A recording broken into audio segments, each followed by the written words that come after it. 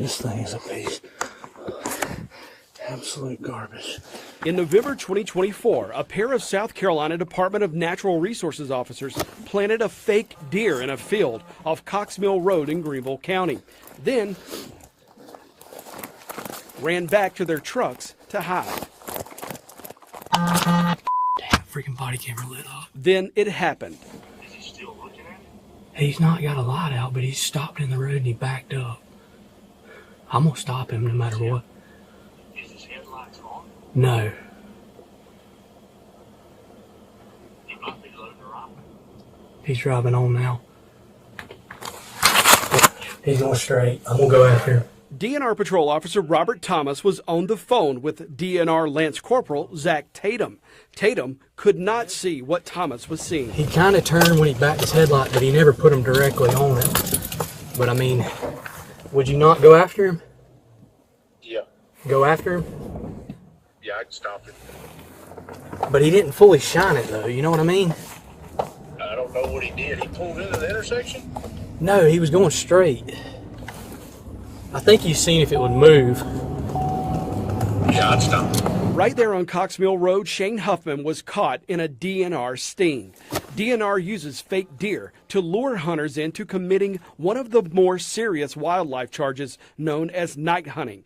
They stage decoys in fields, often on the side of the road, then wait for someone to shine a light on it.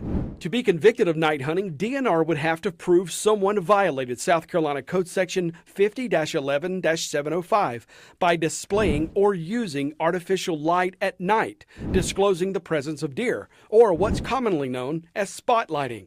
The law also requires DNR prove the person had possession of or with immediate access to a rifle or shotgun with ammo big enough to kill large game. He kind of turned when he backed his headlight, but he never put him directly on it. But he didn't fully shine it though, you know what I mean? Although the officers knew Huffman didn't shine anything at that deer, Officer Thomas went after him anyway. You just put your hands out the window where I can see them. Where y'all coming from? Nate's Pizza. Okay. I just got out of the woods and I picked her up at the house and we went and got Nate's Pizza. And I know you got the rifle back here. Do not touch it or move it, okay? Yes, sir. What's the binoculars in your lap for? Oh, well, I just had passed a bunch of deer and I told her to hand me binoculars. I seen a buck. I was already told that y'all done that there, so I figured it was fake. What all you got? Just binoculars? Binoculars, I got my 9mm up here in the front. I got my concealed weapon permit. Okay. That's it, and that rifle on the back. Okay, just hang tight for a second, okay? The officer then muted his body camera. Over the next minute, nothing Thomas said was recorded. What we'll do, I'm gonna put you in. Can I put this in my bag? Yes. Go ahead. I'm gonna put you in handcuffs. You're just detained at the moment, okay? Okay. Just 'cause we've got a lot of guns and just trying to figure out everything, okay? Officer Thomas then gets on the phone with Lance Corporal Zach Tatum. All right, I got both of them out.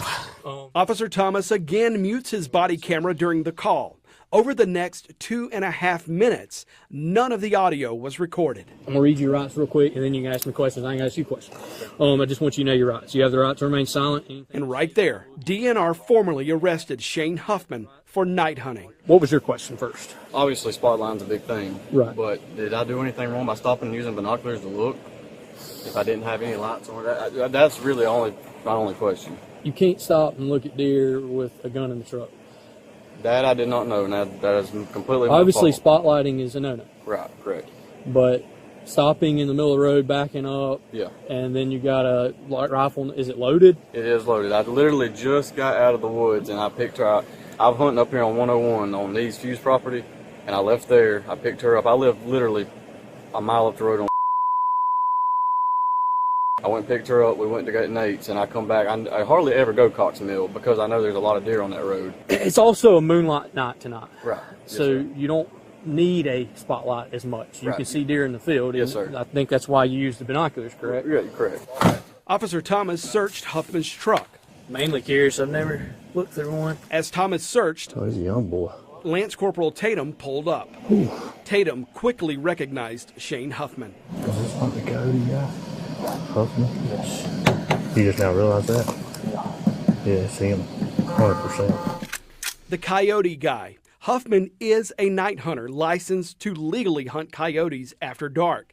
He also maintains a Facebook page, Palmetto Predator Pros, highlighting his eradication of the invasive four-legged deer-killing predator. I seen him, man.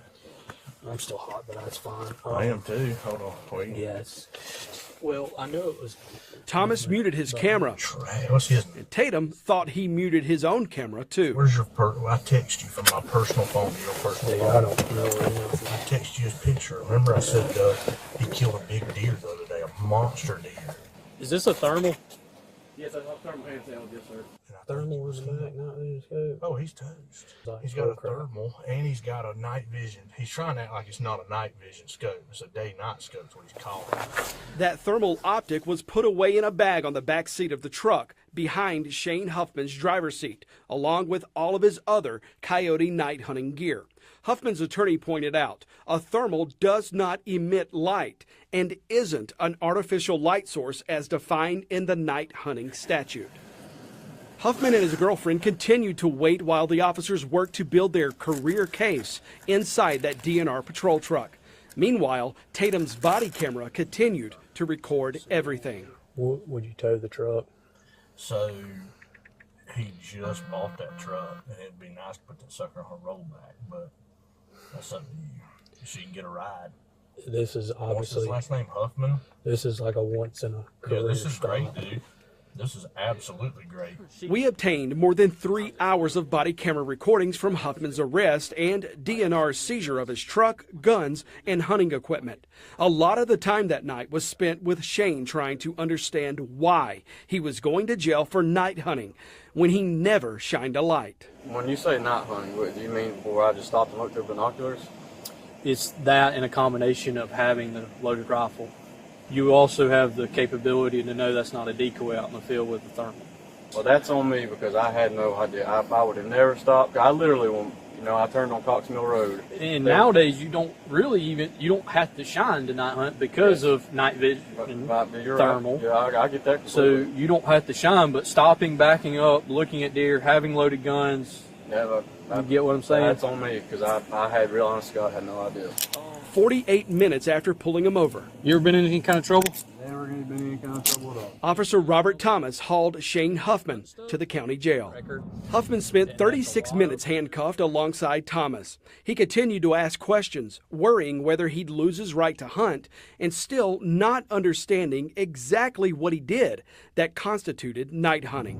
I'm not blaming you. I'm not mad. I did what I did, but I'm honest as I could be, and that's probably my fault. Maybe I didn't look into the rules any better, but I always knew spot mine was a no-no for sure. But I would never guess in my time, which I did have the loaded gun, and I didn't think nothing about it. On November 15th, 2024, for the first time in his life, Shane Huffman was fingerprinted, searched, and spent the night in a jail cell with a group of other men charged with who knows what. What did Shane Huffman do wrong that night? Nothing. I said, I'm sorry, I had no idea that was illegal. I knew that you couldn't spotlight, and I knew that. I saw an arrest of a good guy with no probable cause, a detention on the side of the road where they continued to misrepresent the law, kind of bully my client. And then I saw him, the worst of all, seize his truck. Columbia attorney Lori Murray fought DNR in Huffman's criminal prosecution. Really, my job was to call them and say, I just need you to watch the video. Just watch the video and then call me back. I don't even really have to do a whole lot of arguing here. You'll see what I see. And they did. Murray says it wasn't the DNR who listened to her. She says DNR wanted Huffman prosecuted to the fullest. It was a Greenville County prosecutor who looked at DNR's case file and decided Shane Huffman didn't do anything wrong. And he comes back to me and says, they won't drop the charges.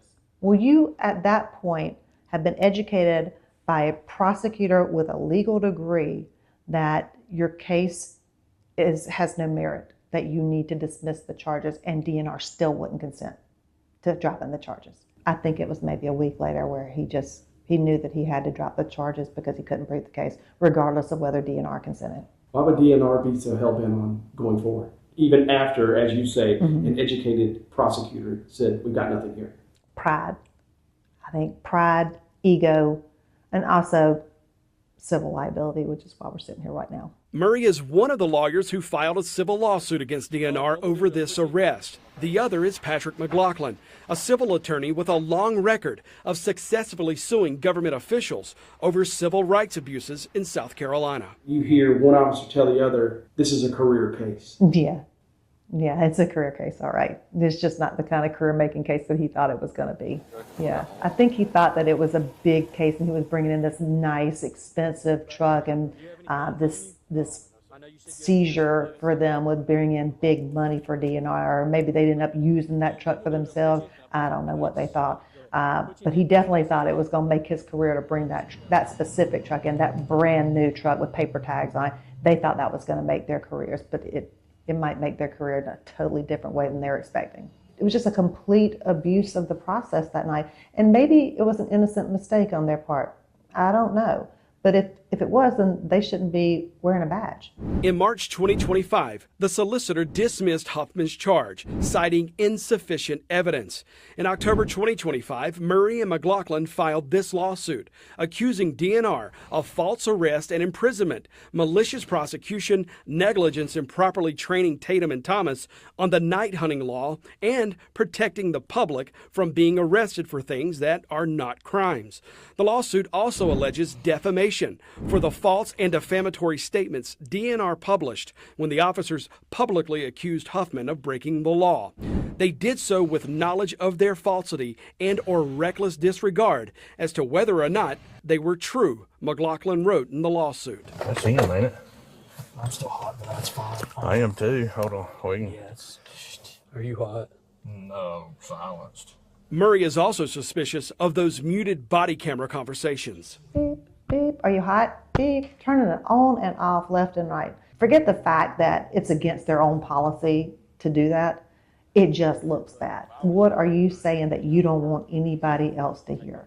What are you acknowledging does not need to go on the body cam? Because this is in the middle of a conversation about Shane Huffman. This is in the middle of a conversation about his arrest. And the fact that you would even say, are you hot, just to get him to turn it off, acknowledges that they knew they were about to say something that nobody else should hear. Without these body cams, would this be a different outcome? Without the body cams, we wouldn't have that conversation. It would have been Shane's word against theirs. Generally, a jury of 12 is going to believe law enforcement over the everyday citizen. Thank y'all so much. We can get started. I asked DNR Director Tim Mulliken for an interview along with officers Zach Tatum and Robert Thomas. No one would agree to an interview. I spoke with Susan Porter, DNR's general counsel, by phone. She told me it's DNR's practice to not talk about a pending lawsuit. But I reminded her our questions were about the dismissed criminal prosecution of Shane Huffman. There's absolutely nothing wrong with what he did. Wrong place, wrong time, but only because there were the wrong officers there. This one, I think DNR will remember for a while once we're done. Although DNR General Counsel Susan Porter told me she doesn't comment on pending litigation, she did have a lot to say. She told me the prosecutor here was wrong, that DNR Officer Thomas had plenty of probable cause to stop and arrest Shane Huffman. There was probable cause all day long and twice on Sunday, she told me. Come to court and you'll see it. DNR filed an answer to the lawsuit denying the allegations. I also asked Porter whether either of these officers violated DNR's body camera policy. She told me no, because DNR did not have a policy in place when this all happened. DNR confirmed there is no documented disciplinary action in these officers' files related to this arrest as of this report. Susan Porter also criticized me and other journalists for not following up and following through on stories like this. But I assured her the follow-up is one of our specialties.